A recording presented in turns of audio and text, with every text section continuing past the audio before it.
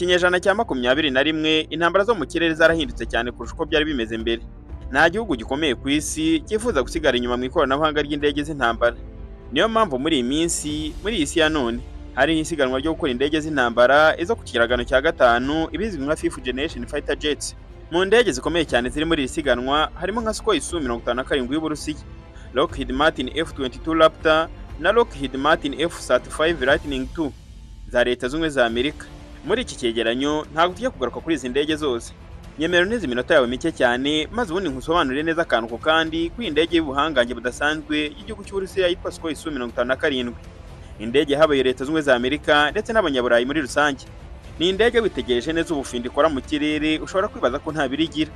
Cyane ko iri mu kirere ipakiye ibisasa amatoni n'amatoni.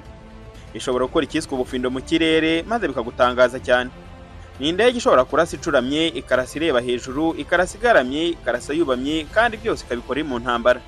Ni indege Leta Zunze za Amerika zashe arenga miliyoni 30 z'amadolari ziha Umurusiya wese ushobora kuyibagezaho kugira ngo barebe ikoranabuhanga rigize. Ni indege itarigeze ikora mu ntambara hariho hose mu buryo bweruye. Cyane ko n'Abarusiya batifuza kwijyana mu ntambara mu buryo bweruye kuburyo Leta Zunze za Amerika ishobora kuvumbura ikoranabuhanga rigize. Nubwo Amerika ivuga ko ifite indege za karabutaka arizo ziratumaze kuvuga hejuru, ariko nabo iyo yageze kuri indege ya Ese SU-57 baca bugufi. Ese ubundi Ese SU-57 niki gituma iba indege ya mbere mu kirere mu ntambara z'iki gihe?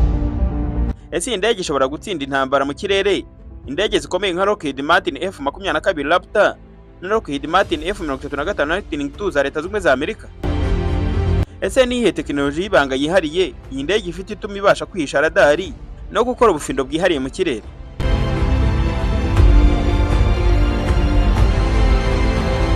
Reka ngusobanura akantu ko kandi kuri ibyo bibazo ndetse n'ibindi wibaza.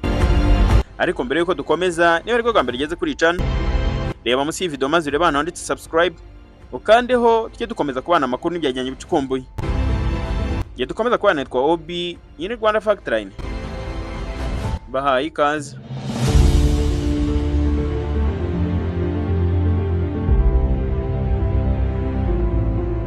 Mu ntambara z'iki gihe indege ntizirwana gusa mu buryo bw'imbere n'inyuma nk'uko byahoze mu ntambara za kera, ahubwo zikoresha ikoranabuhanga mu kureba cyane imbere, kumenya aho umwanzi ari no kumurasa mbere y'uko arasa. Ese SU-57 yubatswe kugira ngo ibe indege ishobora gukora ibikorwa byinshi icyarimwe: kurwana mu kirere, kurasa ku butaka no kugenzura amakuru ku rugamba. Iyo Ese SU-57 iri ku rugamba mu bikorwa bya gisirikare, igikorwa cya mbere ikora ni ugukoresha za radari n'ibindi byuma byayo byo kumenya aho umwanzi ari. Iyi ndege ya Ese SU-57 ifite sensors nyinshi zishobora kubona indege z'umwanzi ziri kure cyane. Amakuru ava muri izo sensors ahuzwa na mudasobwa zikomeye ziri ku ndege, zigaha umupiloti ishusho yuzuye y'ukuntu ibiri kubera ku rugamba bimeze. Mu ntambara nyayo Ese SU-57 ishobora kurasa misile nyinshi kandi igihe kirekire mbere y'uko umwanzi azimenya ko zihari. Iyi ndege maze kurekura izo misile ihita ihindura icyerekezo maze ikajya mu kindi cyerekezo aho radar itabasha kwibona. Ibi bituma ishobora kurwana itarinze kwegera cyane aho umwanzi aherereye. Ikindi kintu gikomeye kuri indege ya Ese SU-57 ni ubushobozi bwo gukora maneuvers zikomeye cyane mu kirere, ni ukuvuga ubufindo bwo mu kirere. Kubera moteri zayo zifite thrust vectoring, ishobora guhindura icyerekezo mu buryo bukomeye cyane. Ibi bituma ishobora kwirinda misile cyangwa gukurikirana indege z'umwanzi mu mirwano yo hafi bizwi nka dogfight. Iyi ndege ebyiri zegeranye mu kirere ziri kurwanira mu ntambara. Ubuhanga bwo gukora maneuvers bushobora kugenza uko urugamba rugenda. Iyo bavuze maneuvers ubundi ni maneuverability. Ni uburyo indege biri mu kirere igashobora kwihindukiza, igashobora kurasa igaramye, yewe ikabinacuramye ariko ikabasha kurasa.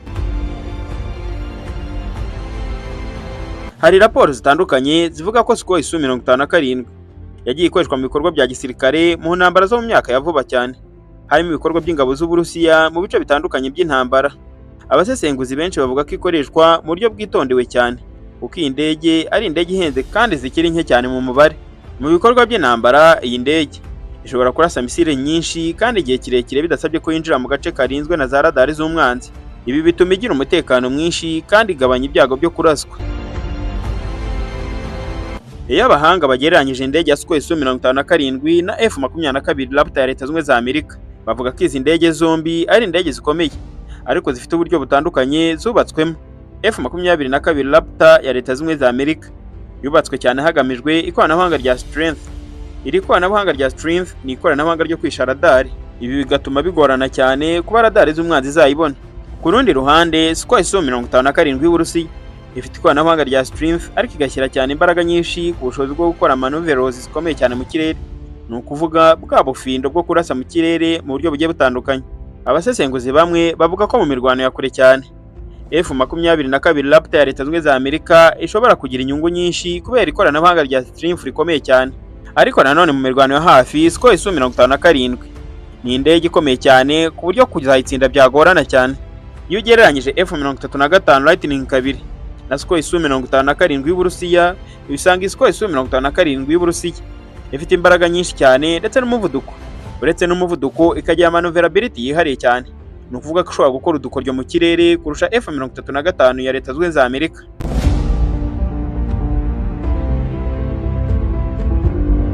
Dore amwe mu mabanga 10 y'indege ya SU-57 yihariyeho, ariko Leta Zunze za Amerika zitajya zishaka kuvugaho. Kimwe mu bintu bikomeye bituma SU-57 iba indege y'agatangaza iteye ubwoba ni uburyo yubatswe igamije kugabanya cyane uburyo igaragara kuri radari z'umwanzi. Abashakashatsi b'Abarusiya bakoze imiterere y'indege ku buryo bwayo ifite imirongo y'uducece ku buryo bituma imirasire ya radari isubira inyuma itabashije kugaragaza neza icyo kintu yabibonye. Ibi bituma SU-57 ishobora kwegera umwanzi mu ibanga rikomeye mbere y'uko ayo radari z'umwanzi ziyibona. Uretse imiterere yayo, iyi ndege ikoresha ibikoresho byihariye byitwa radar absorbent materials bifasha gukumira imirasire ya radari. Iri ni ikoranabuhanga rituma SU-57 igira amahirwe yo gutungura umwanzi, cyane cyane mu ntambara zo mu kirere zishingiye ku ikoranabuhanga rigezweho.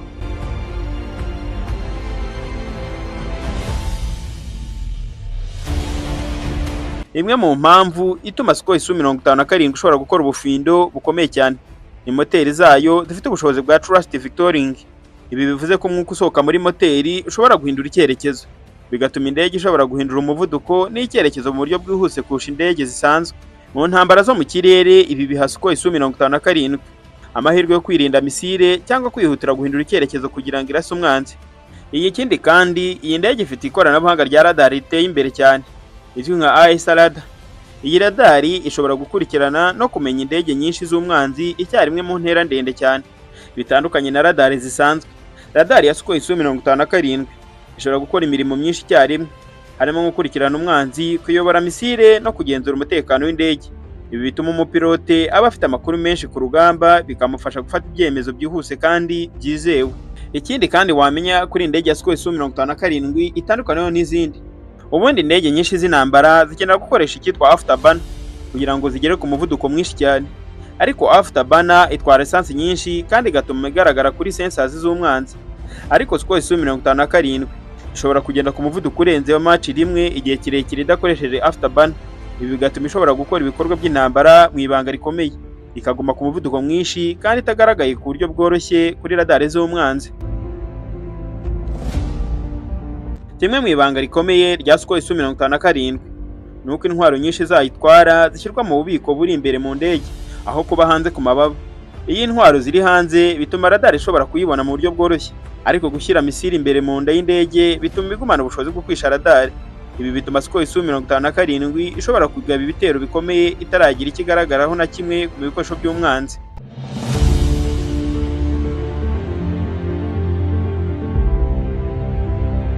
Burya bimwe mu byo utaruzi ni uko indege z'intambara zigezweho zishingira cyane ku makuru ava ku byuma byinshi. SU-57 ifite system ihuza amakuru ava kuri radar, sensors zo mu kirere n'ibindi bikoresho byo kumenya aho umwanzi ari.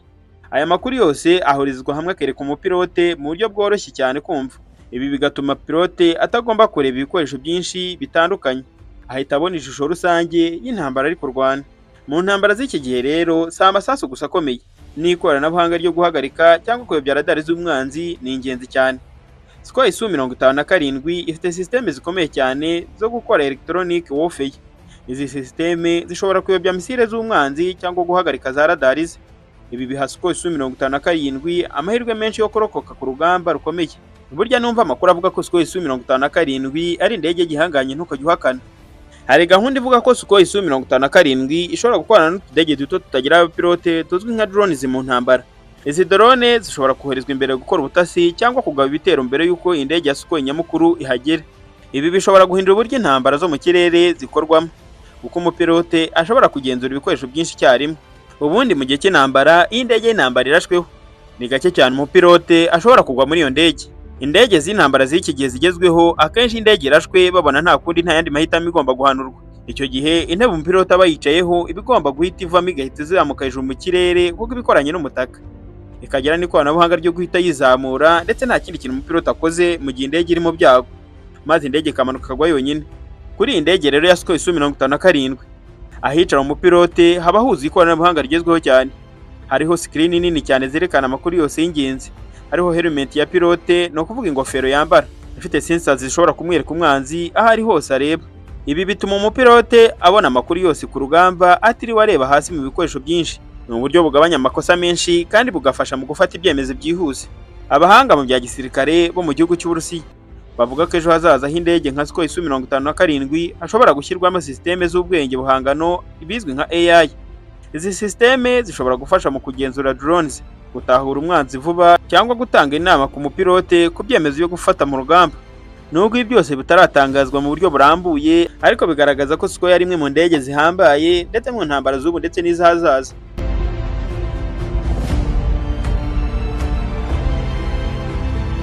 Indege ya SU-57 ni imwe mu ndege zigezweho cyane mu gisirikare cy'Uburusiya ndetse no ku isi hose. Ihuza umuvuduko, ubufindo n'ikoranabuhanga rya sensors mu buryo bugamije kuyigira indege ishobora guhangana n'indege z'icyiciro cya 5 z'ibihugu bitandukanye harimo nka Leta Zunze Ubumwe za Amerika. Nubwo hari impaka ku rwego rwa strength yayo ugereranyije na F-35 na F-22 ya Leta Zunze Ubumwe za Amerika, abasesenguzi benshi bemera ko ari indege ikomeye cyane kandi irenze n'izi zose za Leta Zunze Ubumwe za Amerika. Ariko kubera propaganda ya Leta Zunze Ubumwe za Amerika n'Uburayi, bavuga ko iyi ndege yaba iri ku mwanya wa kabiri nyuma ya F-35, ariko abahanga benshi bakemeza ko iyi ndege yaba ariyo ya mbere.